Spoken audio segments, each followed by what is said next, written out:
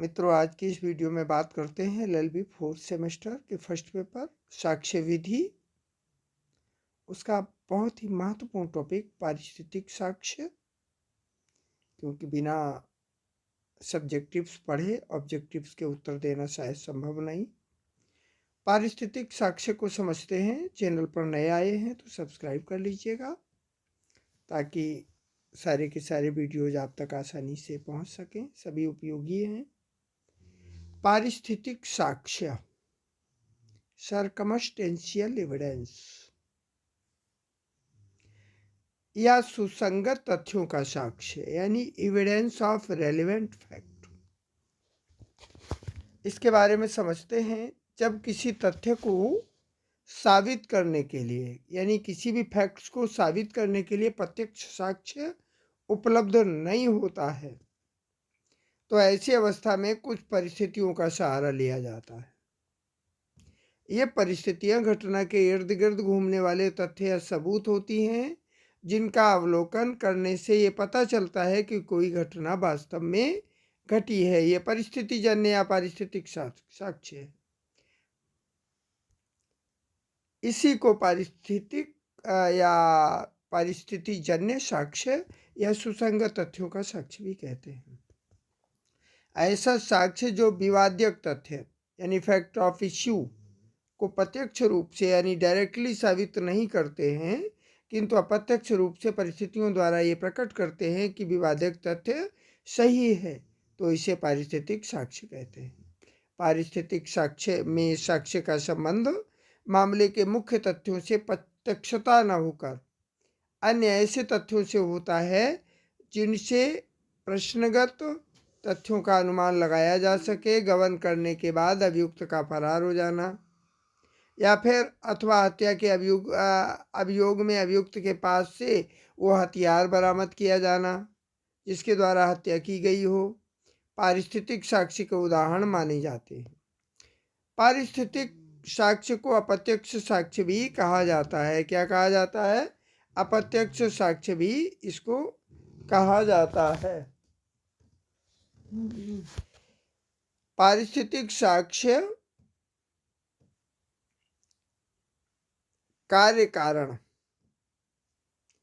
Cause and effect संबंधित तथ्यों से इस प्रकार संबद्ध एसोसिएटेड होता है कि वह हमें एक निश्चित निष्कर्ष की ओर ले जाता है। यह इर्द गिर्द विद्यमान तथा उन तथ्यों या परिस्थितियों का साक्ष्य होता है जिनसे सिद्ध किए जाने वाले तथ्यों का अनुमान लगाया जा सकता है। न्यायालय को अपने निर्णय पारिस्थितिक साक्ष्य के तौर पर तभी आधारित करना पड़ता है जब प्रत्यक्ष साक्ष्य उपलब्ध ना हो। जब प्रत्यक्ष साक्ष्य उपलब्ध नहीं होता है तो ऐसी स्थिति में पारिस्थितिक साक्ष्य का सहारा लिया जाता है। इसके अतिरिक्त न्यायालय के लिए पारिस्थितिक साक्ष्य तभी उपयोगी हो सकता है जब घटनाओं के आधार पर एक और केवल एक ही निष्कर्ष यानी इन्फेरेंस निकाला जा सके। निम्नलिखित आपराधिक मामले पारिस्थितिक साक्ष्य के मुख्य उदाहरण है। देखिएगा, एग्जाम में ये आते हैं। 2 से 3 अंक का ये वीडियो हो सकता है आपके लिए, यदि 2-3 बार सुनेंगे समझेंगे। निम्नलिखित आपराधिक मामले पारिस्थितिक साक्ष्य के मुख्य उदाहरण हैं। अभियुक्त का आशय, उसकी धमकियां, उसके प्रयत्न एवं तैयारियां, उसके द्वारा साक्ष्यों का गढ़ा जाना या नष्ट किया जाना यानी टेम्पर विद, उसके मिथ्या कथन, उसका भाग जाना, उसके पास चोरी की संपत्ति का पाया जाना, उसका पद एवं हैसियत, उसका चरित्र। पारिस्थितिक साक्ष्य के बारे में उच्चतम न्यायालय ने ये विचार प्रकट किया है। देखिएगा उच्चतम न्यायालय का विचार।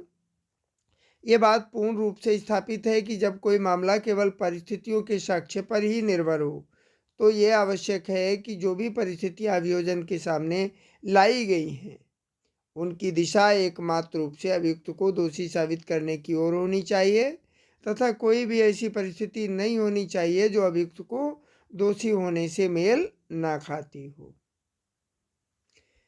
परिस्थितियों के साक्ष्य पर निर्भर होने वाले मामलों में भी न्यायालय को कुल परिस्थितियों का प्रभाव भी देखना होता है। परिस्थितियों की जंजीर की एक कड़ी टूट जाने पर अभियोजन की सारी बातें नष्ट हो सकती हैं।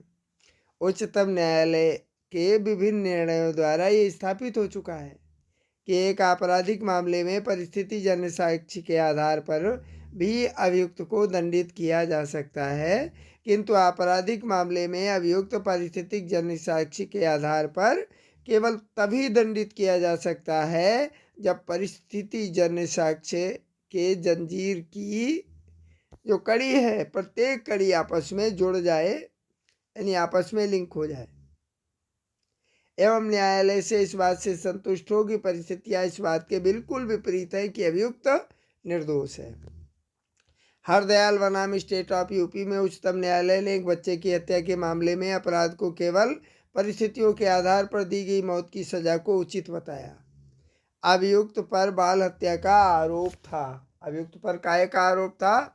बाल हत्या का आरोप था, परंतु अभियुक्त के हत्या के समय कोई भी स्वयं देखने वाला गवाह नहीं था, परंतु परिस्थितियों की जंजीर इतनी संपूर्ण थी कि उससे केवल एक ही निष्कर्ष निकलता था कि बच्चे को घर से दौड़ाना, उसको मारना, कुएं में फेंकना अभियुक्त के अलावा किसी अन्य व्यक्ति का कार्य नहीं था।